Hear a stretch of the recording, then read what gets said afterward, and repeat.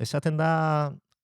kotxe elektrikoek autonomia eskasa dutela, hirirako baizik ez dutela balio, eta distantzia luzeak egiteko,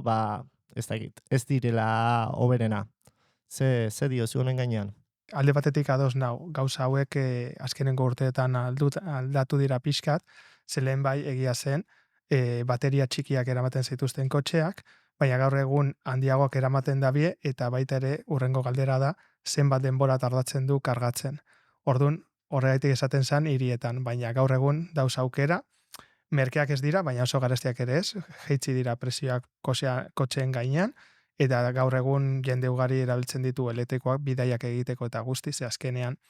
3 ordu baino gehiago zara egongo igual gidatzen eta autonomia horrekin ematen dizu gutxienez kafetxo bat eta gelditzea, ordu erdi batean igual 180 kargatu dezakezu barriro eta ordun aukerak dauz, baina berez baita ere hirien ibiltzeko dira komodoenak.